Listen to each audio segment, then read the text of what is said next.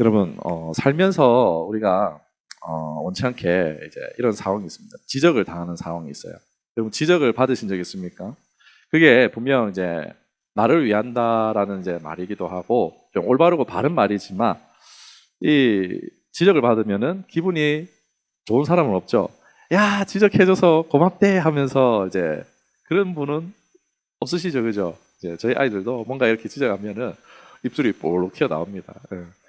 성장과 발전을 준다 할지언정 지적을 받는 이는 결코 유쾌할 수가 없습니다. 누구나 살아가면서 잘못을 할 수 있죠. 실수를 할 수 있습니다. 그런데 이런 지적을 받으면은 왠지 의기소침해지고 분위기 들기 마련입니다. 지적을 받을 때 뭐 만약에 나에 대해서 막 그렇게 잘하는 사람이 아닌 사람이 나를 지적하면 어떻습니까? 그냥 뭐 에이 내 잘 모르니까 저런 말 하는갑다라고 무시할 수 있지만 근데 지적을 받게 되는 상황은 그렇지 않잖아요. 이제 관계가 좀 있는 사람이고 그런데 그 관계에 뭔가 이게 계속 걸림이 되니까 이 관계 개선을 위해서라도 지적을 하기도 합니다. 그리고 또 지적이라는 것이 한 번 그랬다고 이게 그걸 말하지 않잖아요. 그럴 수도 있겠다. 한 번 그랬으면 뭐 그럴 수도 있겠다 하는데 되게 지적은 두 번 이상 잘못한 행동에 대해서 지적을 하거나 지적을 받게 되어집니다. 스스로 잘못된 줄 알면서도 지적받는 입장에서는 뭔가 습관적으로 반복되게 행동하는 문제라고 할 수 있죠. 그래서 이제 자신에게 있는 약함 또는 이 약함을 방어하려고 하는 행동일 수도 있습니다. 그래서 지적은 유쾌하지 않는데 지적되는 상황을 예를 들면은 막 감정을 억제하지 못해서 뭐 표현한 것에 대해서 지적을 받는다든지 뭔가 이제 어떠한 불리한 상황, 자기에게 불리한 상황에서 거짓말을 하는 그런 경우도 있죠. 아닌데요? 자기가 해놓고 내가 아닌데요? 막 이런 식으로 거짓말을 하는 경우. 그냥 거짓말 하지 말아라고 지적을 받기도 하고 갈등을 피하려고 이 사실을 이미 알고 있음에도 알고 있는 것으로 인해서 갈등이 일어날까봐 모르는 척 이렇게 숨기는 경우도 있죠. 그런데 나중에 이제 네 그거 알고 있었는데 왜 얘기 안 했어? 막 이런 식으로 지적을 받기도 합니다. 아이를 키우면서 많이 보게 되는 부분 이런 거 아닌 것 같아요. 이런 거 아닌가 싶어요.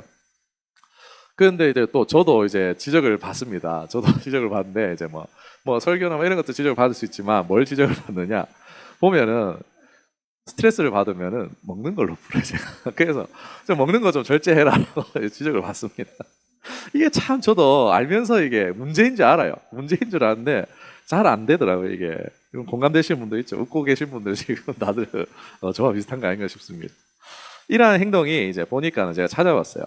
이 스트레스를 다룸에 있어서 이 스트레스 다룸에 있어서 정서적인 의존의 한 형태로 감정을 다루는 건강한 방법을 찾지 못하고 음식을 의존하는 방식으로 형성됐다라고 이렇게 얘기하더라고요. 그러니까 자기 통제에 어려움이 있고 문제를 직접 해결하기보다도 음식으로 일시적인 위안을 얻으려고 하는 방식이라고 합니다. 그러니까 스트레스를 건강히 해소할 수 있는 뭐 취미 생활을 갖기를 원합니다. 뭐 이런 내용의 글을 봤습니다. 야, 이게 보면서 내게 이런 연약함이 있구나. 내가 이런 이제 스트레스를 잘 관리하지 못하고, 그리고 내가 이게 먹는 것 말고 이렇게 좀 건강한 취미 생활을 내가 뭘 좋아하는 걸 내가 참 잘 모르는구나. 좀 이렇게 이제 돌아보는 시간이 되어졌었는데, 뭐 설교 외에 여담으로 우리가 이 지적이라는 것이 아까도 얘기했듯이 유쾌하지 않습니다. 그런데 필요할 때가 있죠. 이 지적을 자주 하게 되면은 그 관계는 결코 좋을 수가 없습니다. 지적은요, 감정 소모가 굉장히 큽니다. 그러니까 10번, 100번 잘해줘도 지적 한 번 하면은 그 사이가 어떻게 됩니까? 서운해지는 거죠. 이제 우리 아이들한테 막 잘해주고 막 만것도 먹이고 선물도 다 주고 이랬는데 너 이러면 안 돼 이러면 막 이렇게 이제 표정이 그날로 그냥 바로 이제 나빠지죠. 그런데 여러분 잘해주고 지적하는 건 괜찮아요. 근데 잘해주지도 않고 지적하면 어떻습니까? 끔찍하죠. 끔찍한 관계로요. 그 관계는요 파괴될 수 있습니다.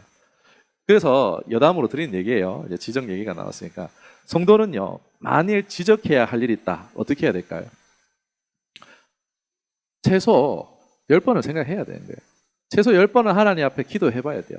하나님, 저는 저 사람이 이렇게 보이는데 하나님은 이 사람에 대해서 어떻게 생각하십니까? 하나님, 저 사람이 이런 행동에 대해서 하나님 마음은 어떠십니까? 이걸 전해야 될까요? 말해야 될까요? 어떻게 전해야 될까요? 어떻게 해야 될까요? 구해야 되는 거죠. 그렇게 기도를 하고 이제 기도를 하고서 그래도 해야 할 말이면은 하는 거죠. 지적을 해야 되는 거죠. 그 사람의 영혼을 살리기 위해서 할 말이면 해야 되는 거죠. 그런데 이제 그러지도 않고 그냥 눈에 보이는 대로 내 감정대로 내가 판단한 대로 지적을 하면은 이제 많이 그 관계가 어려워질 수 있다.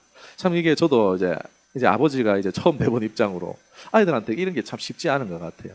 예, 이런 부분에 있어서 저도 더 노력을 해야 될 것 같습니다. 이렇게 쳐다보요. 예. 하나님, 우리가 그렇게 만일 여러분 지적을 하더라도 기도를 하고 지적을 한다면 어떻겠습니까? 받아들이는 사람 입장에서도 하나님 마음에 느껴지겠죠. 아, 이 사람이 진짜 나한테 지적이 아니라 충원이라 하잖아요. 정말 나를 위해서 하는 충원이라고 하잖아요. 그런 이제 지적이 아니라 충원이 될 것입니다. 우리가 관계 가운데 하고 싶은 말도 있지만 그걸 또 하냐 안 하느냐, 그게 내가 판단 기준이 된 것이 아니라 하나님 앞에 나아가서 묻고 그렇게 할 수 있는 저렴 되기를 축원합니다. 네, 말씀으로 다시 돌아오겠습니다.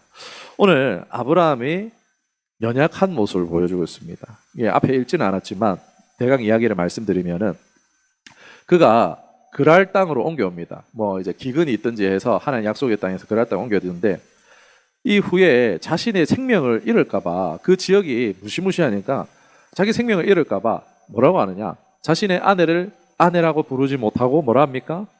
누이라고 합니다. 누이라고 속이는 거죠, 어떻게 보면은. 그로 인해서 그 지역에 이제 아비멜렉이라고 왕입니다. 그 지역의 왕이에요. 그 왕이 이제 사라를 데려가 버립니다.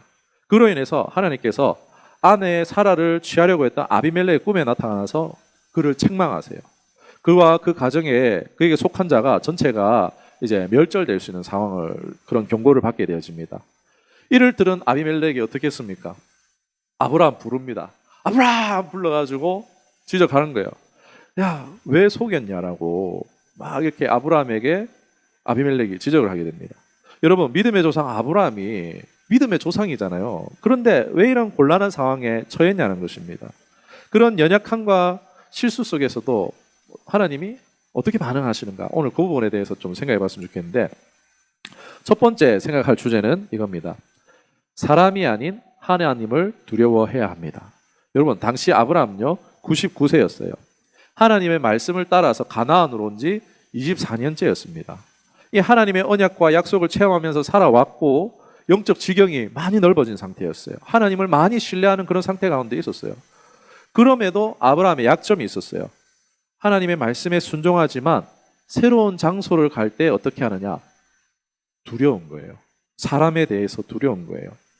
믿지 않는 사람들 속에 내가 들어가는 것에 대해서 두려워하고 있었던 거예요. 11절에 읽진 않았지만 이렇게 나옵니다. 이곳에는 하나님을 두려워하는 사람이 없으니까 내 아내로 말미암아 사람들이 나를 죽일까 봐 두려워했습니다 라고 말하고 있어요.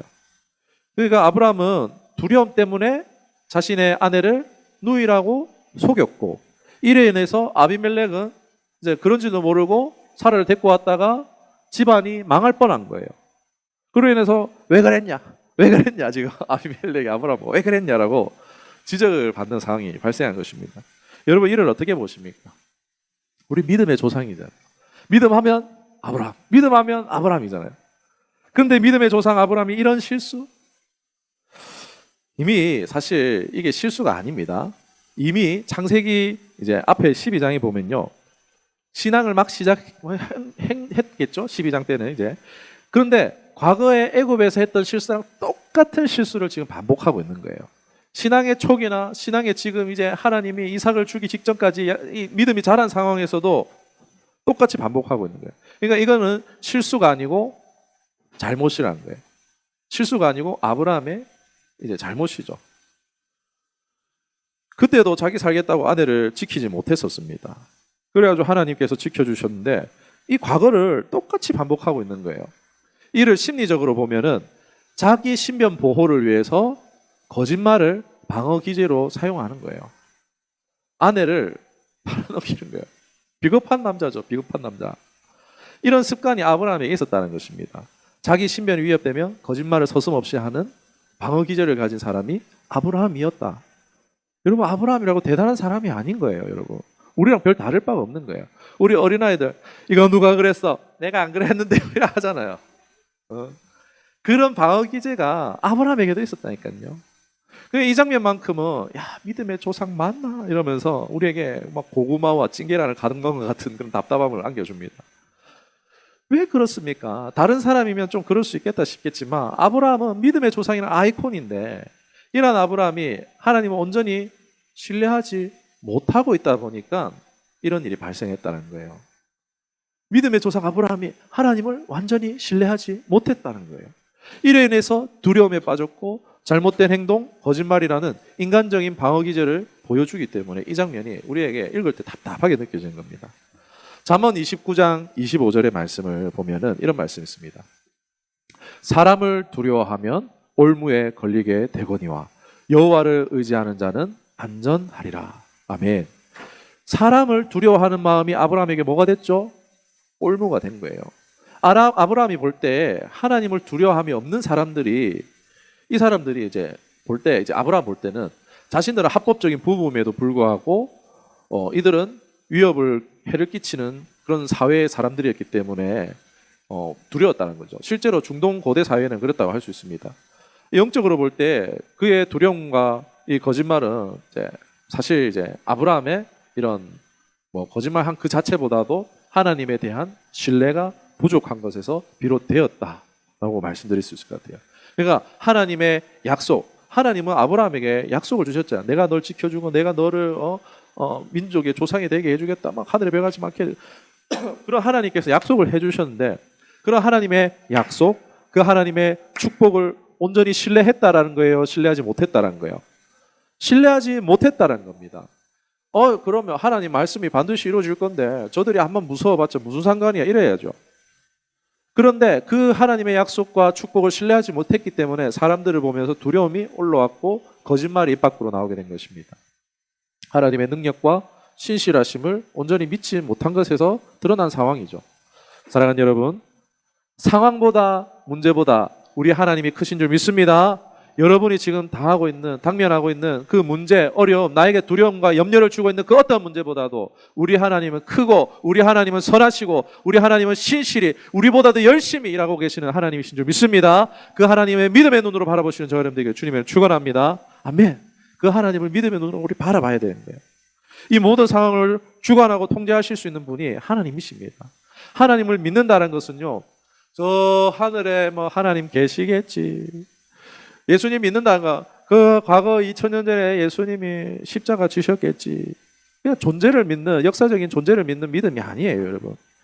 믿음은 실제입니다. 믿음은요, 살아있는 거예요. 상황, 문제를 뛰어넘어서 하나님의 약속을 믿는 것이 믿음입니다. 나는 문제를 통제할 수 없지만 하나님은 이 문제를 통제하시고 풀 수 있으시다는 거예요. 나를 향한 약속을 신실하게 지키시는 분이 하나님이시다. 하나님의 신실한 분, 내게 가장 선하신 분임을 믿는 것입니다. 성경에서 말씀하는 이런 하나님의 성품을 믿는 거예요. 신뢰하는 거예요.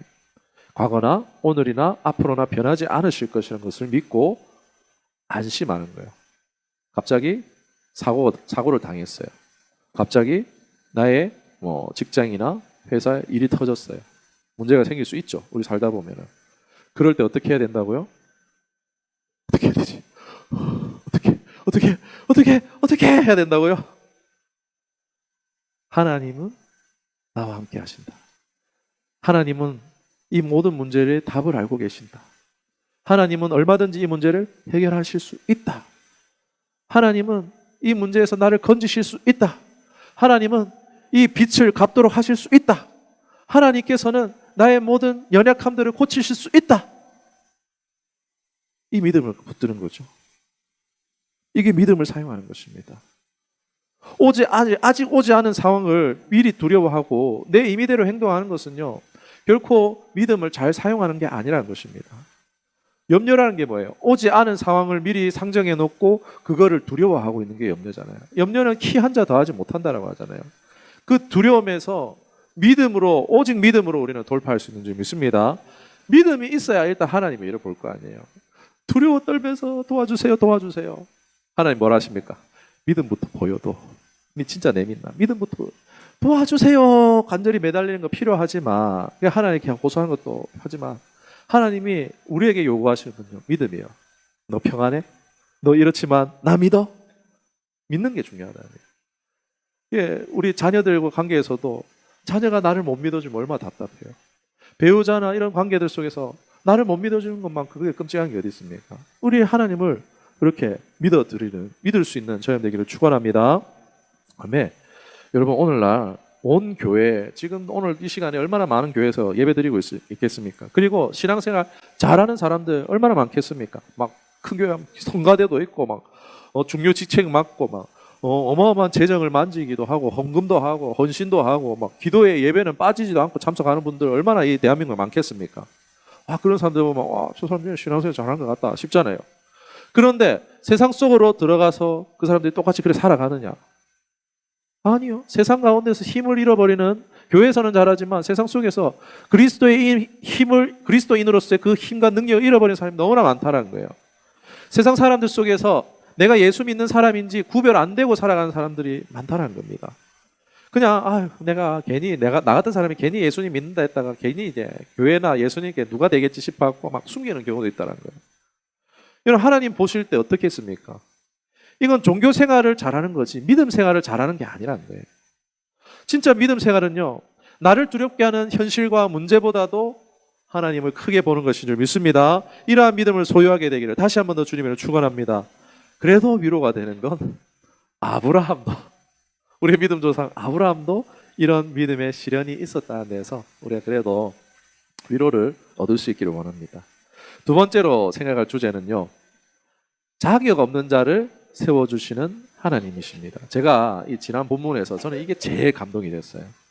여러분, 아브라함 지금 믿다가 실족한 상황인 거예요. 여러분, 암만 잘했지만 본토 아비집 떠나왔어요. 계속 24년이나 시간을 하나님 따라서 다녔어요. 그런데 온전한 믿음을 가지고 있지 않아서 아내가 또 잡혀가 버렸어요. 실족했어요. 실패했어요. 지금 뭐 언약이고 뭐고 지금 그 인생이 망하게 된 상황이에요. 우리가 믿음의 조상이라 하지만 그 역시 얼마나 연약한 인간이었는가. 하나님을 믿는데 아브라함조차도 시행착오가 많았다라는 거예요. 여러분, 이제 아브라함에 관해서 막 횃불 언약, 막 동서남북 언약, 뭐 하늘의 별에 대한 언약, 뭐 이런 언약 장면들 많이 나오잖아요. 우와 막 싶은 그런 언약의 장면들이 성경에 계속 나와요.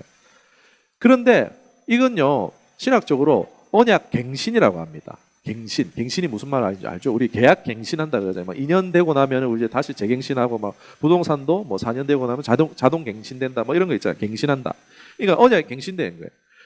근데 보면은 사람들이 오해하는 게 뭐냐면은, 아브라함이 잘 믿었으니까 이제 더 구체적인 언약으로 갱신해 주시는 갑다라고 생각을 하는데 아닙니다, 여러분. 그게 아니에요. 그렇잖아요. 처음 자식 주겠다 했다가 이제 이삭을 주겠다, 구체적으로 언약이 바뀌고 있는데, 실은 아브라함이 잘해서라기보다도 잘못해서 언약을 갱신하고 있다는 거예요. 왜요? 아브라함의 믿음에 누수와 하자가 있었다는 거예요. 그래서 하나님께서 일방적으로 이 언약을 보수해 주시는 상황인 거예요. 하나님 언약을 맺었는데 아브라함이 내팽개쳐서 이게 짓밟힌 거예요. 그럼 이거 못 쓰는 거예요. 그러면 하나님 다시 이렇게 계약서 다시 주시는 거예요. 이런 상황인 거예요.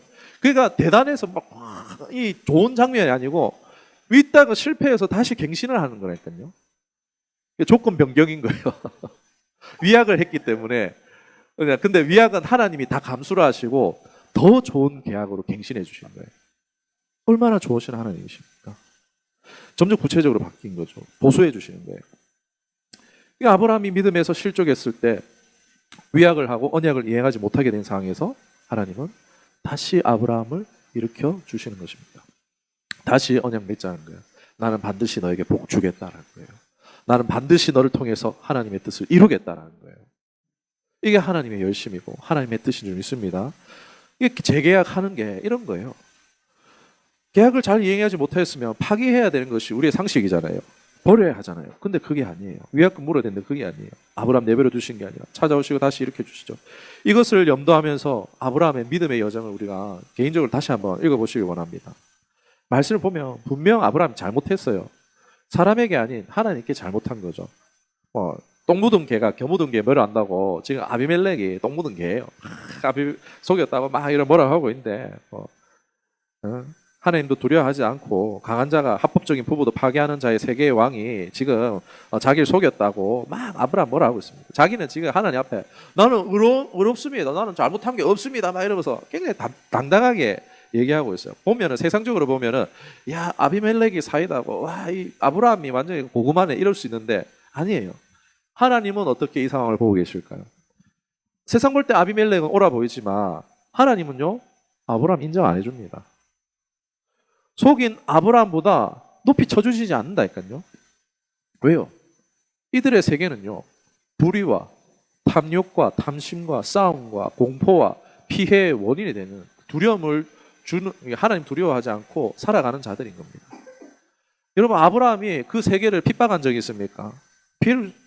지금 상황에서 속여지는 그런 상황이 있었지만 하나님을 두려워하지 않는 구조 자체가 하나님의 자녀인 아브라함을 이 공격적인 상황에 내몰았잖아요. 그러니까 원인이 아브라함에게 있는 게 아니라 이 하나님을 두려워하지 않는 그들의 구조 자체가 하나님의 자녀를 핍박하고 압제하는 구조로 갔다는 것입니다. 오늘 세상도 여러분 마찬가지예요. 코로나 당시에도 어떻습니까? 교회가 세상을 핍박한 적이 있습니까? 없잖아요. 그런데 교회가 마치 가해자인 것처럼 만들었어요. 여러분, 이게 누가 좋아할 일입니까? 마귀가 유쾌, 상쾌, 통쾌할 일 아닙니까? 교회가 가해자네, 하하하 이러고 있었지 않겠습니까? 그 답답한 일이에요. 세상 공중권세 잡은 자 마귀의 지배 아래 있는 시기였죠. 그래서 하나님은 지금 따박따박 자긴 정의롭고 의롭다라고 말하는 아비멜렉에게 이렇게 얘기합니다. 그래, 근데 그는 내 선지자야. 그가 널 위해서 기도해 주지 않잖아? 너희 집안 망해 라고 얘기하고 있는 겁니다. 오히려 하나님은요, 너희 왕가가 몰락하고 아브라함의 기도 받지 못하면 그래 된다고 말하고 있습니다. 경고하고 있습니다. 이 말을 쉽게 얘기하면요, 아브라함은 내 것이야, 손대지 마.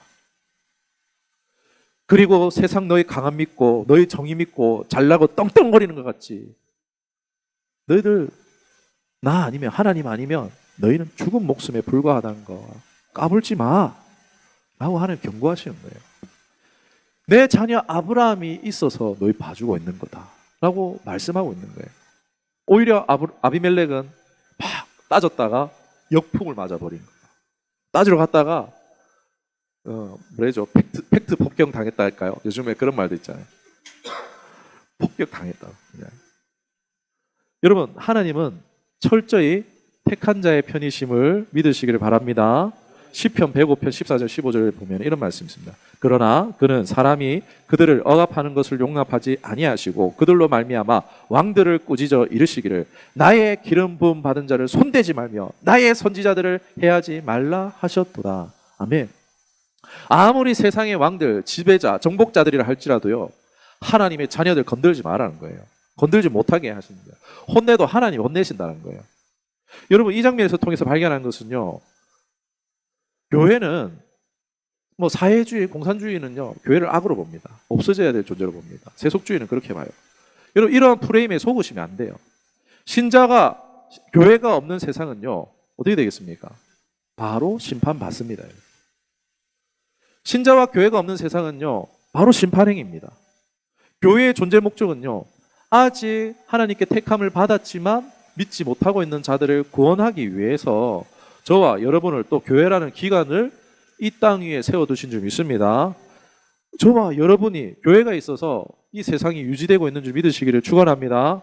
여러분, 이게 하나님 보실 때 우리의 존재의 가치예요.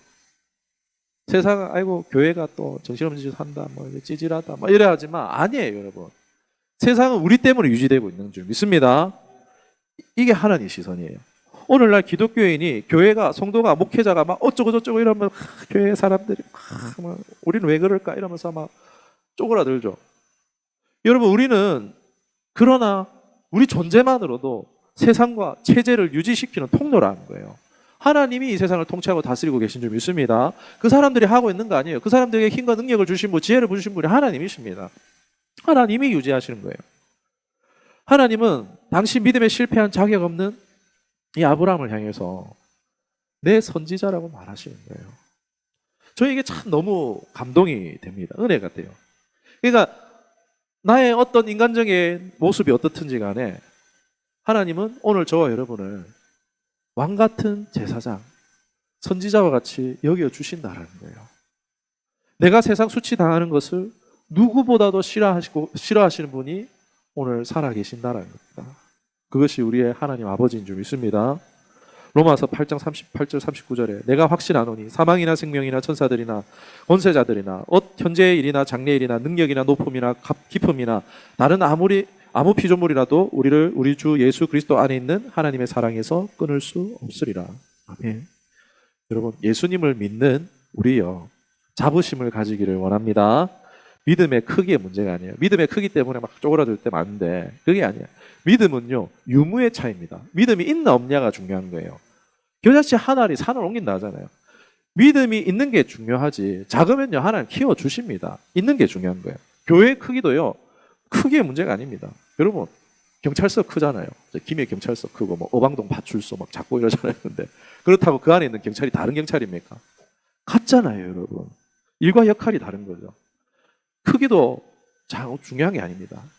내가 하나님의 사람 된 것을, 예수님 믿는 것을, 내가 교회에 속한 것을 자부심을 가질 수 있기를 주님을 축원합니다. 네.